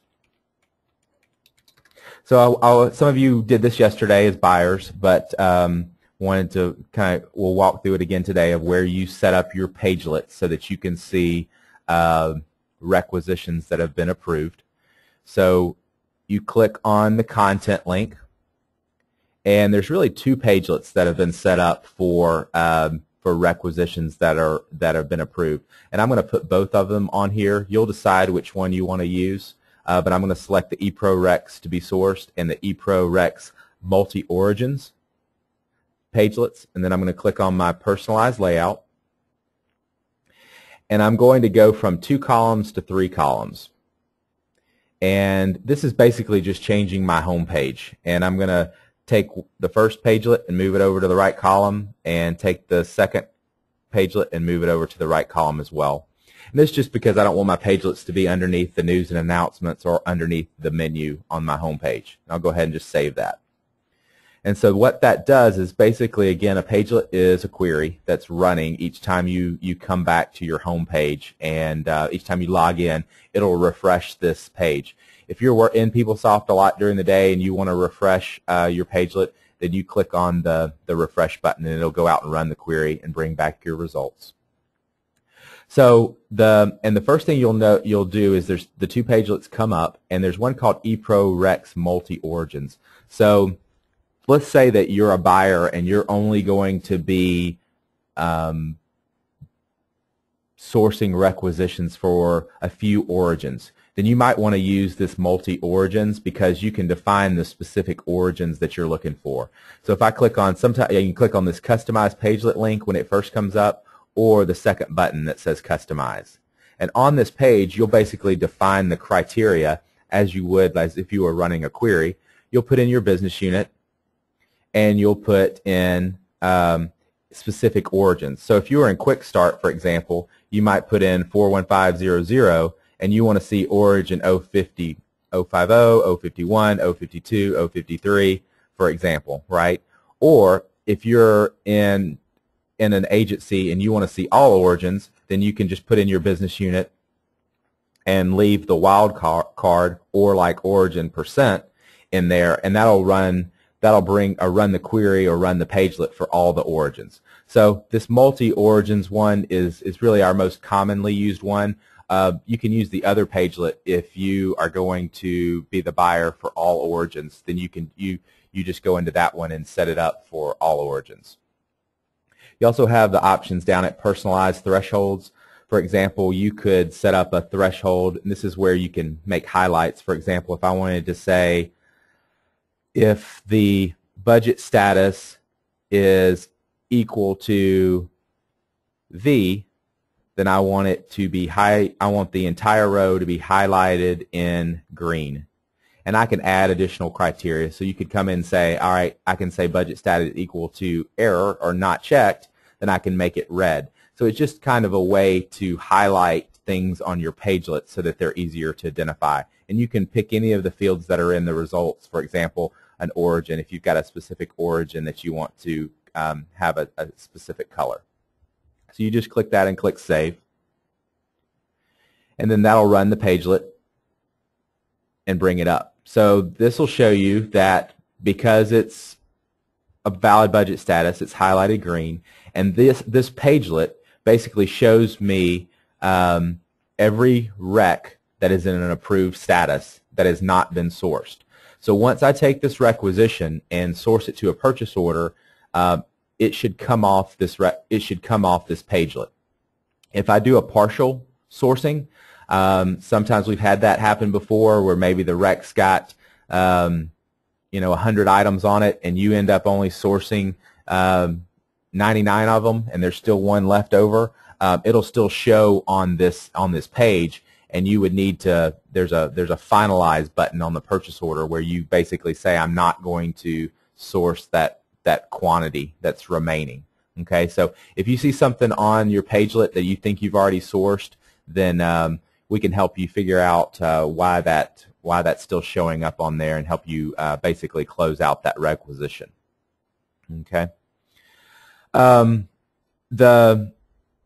I've got this requisition, and I want to take this requisition that's come up on my pagelet, and I want to take the rec, and I'm just going to copy the rec ID and come out underneath purchasing, purchase orders, stage source request, and then click on requisition selection. So on requisition selection, I can paste in the requisition ID, or I can do search for specific origins and do a search. We recommend that you put in the requisition ID. Depending on your volume, it's going to show up down here. If you left everything blank and did a search, it's going to bring out all requisition lines that are currently approved for your entire business unit. So the search might take a while. So we recommend that you put the requisition ID in this field and then click on search. So that brings up the two lines for my fencing that I want to turn into a purchase order. Okay, the two lines, one thing, and so there may be on this page some things come in. For example, if it was a Staples or an Office Max order, you'll notice that the vendor will be right here, and the vendor location is EDX. So that means that the order was ordered from the catalog. It's a catalog item, okay? And that means, and that vendor order location the supplier will be in there, and that supplier will be grayed out, and the location will be grayed out. Okay, we have had problems in the past with some of the with some of the requesters. They'll go out and do an Office Max order, and the rec will come over, and then they go to that requisition defaults page, and they'll change the vendor location from EDX to 0001. And then that purchase order is not going to go electronically back to the supplier because the dispatch method would be print, for example. Okay, so basically they shouldn't change the vendor or the location on items that were ordered from the online catalogs. I had a question yesterday about what if the P card was used on the requisition. So there's a spot for them to choose the drop down of the P card on there. Some agencies are using that, some are not. If the P card was used, you'll see the last 5 digits of the P card right here underneath the procurement card. So for example, the P card was not used on these 2 lines, so that's why it just says procurement card. So one of the things, and we did have a question about this yesterday, so when you're on this requisition selection page, if you had not put in your requisition ID and just done an open search, you may see, for example, lines from multiple recs to the same supplier. If you click all of those lines at one time and click Save, if the vendor matches and the location match and the P card used match, then it will consolidate those rec lines onto one PO. Okay, so that's why we recommend that you source by individual requisition if you want one rec per PO.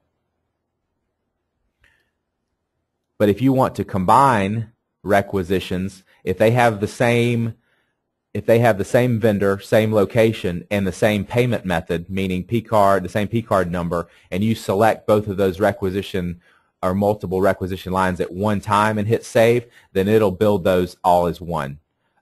We have had people come in here, and even for like a rec that they want on one PO, they'll include this line, and then they'll hit Save, and then they'll click the second line and hit Save. Well, that's going to create 2 separate purchase orders when you do that. But if you include both of them and hit Save, then it's going to create one purchase order. Okay, so as the buyer, you're driving how your purchase orders get created as far as consolidating lines or not consolidating lines. So from this page, you have this information. You can, if you want to do where you have to go into a PO, and you're used to doing this on your POs, going in and setting them to agency contract or statewide contract or open market purchase or making changes to the requisition, you can just save this page and make your changes over on your purchase order, or you can click on this staging information and go ahead and modify, for example, the header details. You could come in and modify this, and I know that this is going to be an open market purchase, and select it here, or you can just wait until the purchase order gets created to make that change. Also, if you have, if you know that the budgetary chart fields are not correct for these particular lines, or you wanted to go to an individual line, you could scroll to that line and make the changes to the budget as well when the purchase order gets created. Okay. The only thing about this page is you don't have the capability of course, using speed charts or anything like that on here. And also, if we wouldn't recommend you splitting distributions from this page as well. You should do that over on the purchase order side. So once you're okay, you basically just click on Save. And what happens now is you'll notice if I search for this requisition, it no longer comes up.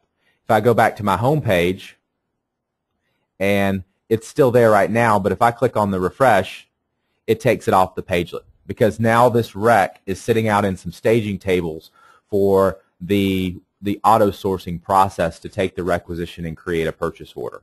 Okay, so the auto sourcing process runs at 15 minutes and 45 minutes after each hour, so it runs every half hour. So that's the longest you should have to wait for a PO to get created. The purchase orders get built in an open status. So if I come out, and we're not going to run the process and have you wait on that right now, but if I am a buyer, I can come to my purchase orders, purchasing purchase orders, and under Add Update POs that you're familiar with now, you can do Find an Existing Value. And if you want to look for all of your POs in an open status, you can click on Open. And something that I like to do is save this search criteria. So I can say, I can put in the Save Search, click on that button, click Open POs, and save it. And then I've got it as a drop down, and I could do that same thing if I wanted to see approved POs. I could save a search criteria for that.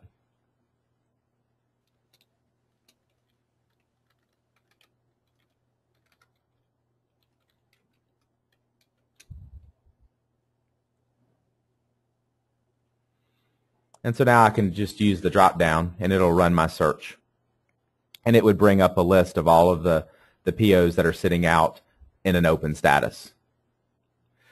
So once your requisition gets created, once your purchase order gets created, and this is from a rec that I did earlier today, but you would basically, all of you are familiar with the purchase order that gets created, and I know we went through some of this in the core teams and during the training, but your PO gets created in an open status. Some of the differences that you'll see is you'll have this requisition link where you can click on it and see the requester information that comes in. If it is a statewide contract purchase, you'll notice that the dispatch method is EDX, meaning it's going to be electronically dispatched out to the supplier. You'll, of course, still come on the header details. And if you did not modify the PO type on the staging tables where I showed you before, this PO type will say GEN, which that's general. You're not going to use that, so you'll change it to the correct PO type and come in and modify that. So this, of course, is an open market purchase, or depending on what PO type is needed, you'll make the modifications. And then, of course, you'll set the PO to, once you've made your changes, you could, of course, modify the category code for the item if it's not correct, or use the PO defaults to modify the budget chart fields, if that's how your business unit's going to work. Okay. So again, we have not modified anything on the approval process of purchase orders or how POs are worked besides the electronic dispatching. Okay, so if you have a purchase off of a statewide contract, once the PO is approved and valid budget status, then we have an electronic dispatch process that'll take the purchase order and electronically send it to the supplier. And again, you'll get an email confirmation as a buyer when your PO goes out to the supplier.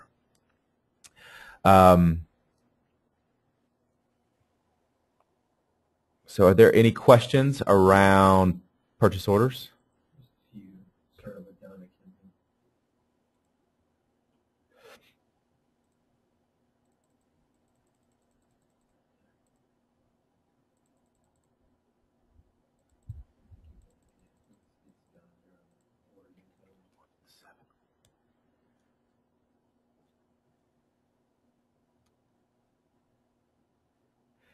Donna, if you need to add origin codes,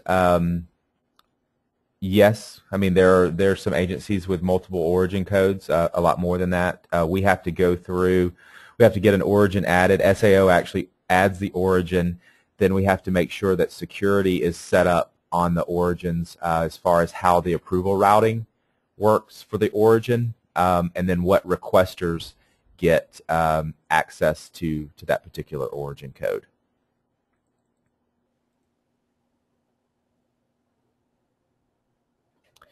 If lines are consolidated from multiple requisitions, are different budgets charged independently? Well, all of your budgets are charged on the individual distribution line level. So, I mean, you could take requisitions and combine them. They're going to take the budget chart fields that whatever was on the rec, and then you could override them on individual lines on the purchase order. But yeah, so you could have a PO that has multiple fund sources or multiple chart fields on them.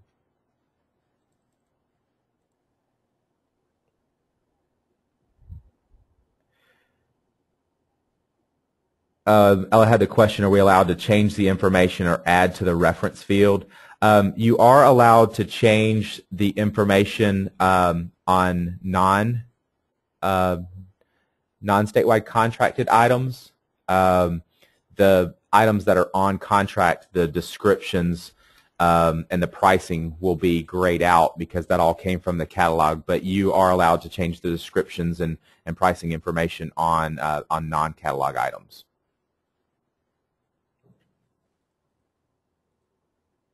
Oh, and there was a question about the PO reference. This has come up before. The PO reference used to be where you put in the statewide contract number. That is now on the contract tab. So on the lines, each of your statewide contracted items will be linked to the individual contract that's against. If you're doing a purchase order for an agency contract, then you will link your agency contracts to your lines to your agency contracts. So a lot of you went through the supplier contracts management training, and where you can put in your agency contract. So you'll be expected. So if you have a PO type of an agency contract, then you should have that PO linked to the contract in PeopleSoft. So if you need help with the how to get your agency contracts in, there's some quick reference guides for those out on the DOAS website, how to walk through adding an agency contract. So read those first, and then if you've got questions about them, of course, you can bring those up when we do our daily calls. But go ahead and use those quick reference guides. Again, I mean, we've been live with the ePro piece of this for 5 years, and been putting in a lot of agency contracts that were, you know, a lot of the agencies are actually, you're required to link your purchase orders to your agency contracts and have your agency contracts uploaded into the system.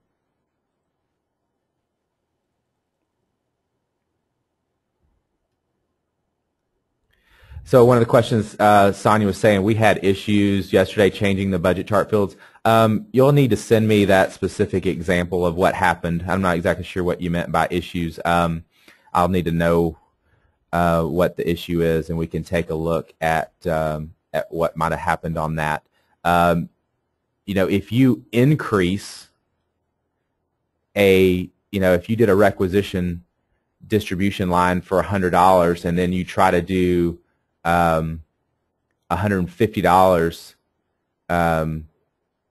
you try to go more than the distribution line, you might have gotten an error message. But you can put, if you needed additional funds put on, then you would do it as an additional distribution line, not modifying what the rec distribution line is. And I can walk you through that when we talk. Laurel asked a question if agency contracts can cross business units. Yes, there is a link on the, if you go into the quick reference guide and walk through the quick reference guides on creating a contract, there is a link where you go in and define the business units that can issue purchase orders against a contract. So if you want to set up one agency contract, then you can list out the other agencies that can link against that contract. One of the questions someone asked is, will the contract automatically default? Yes, it will for statewide contracted items. So when they go out and order from Office Max, the contract ID will come in and it'll flow through. Now, agency contracts, you'll have to go in as the buyer and link the PO lines to the agency contract on each one of the lines.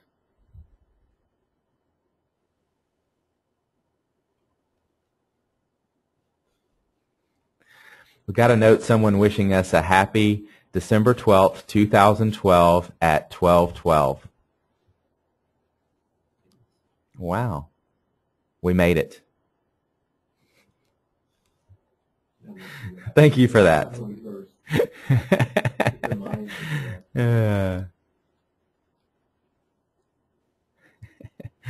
We made it. All right. Are there any other questions related to Team Georgia Marketplace in issuing purchase orders?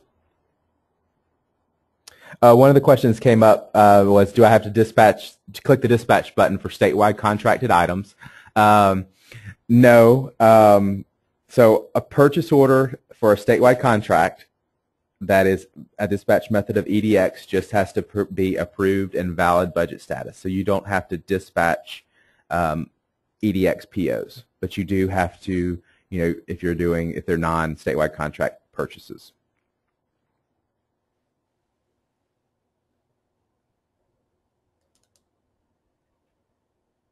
Are there any other questions?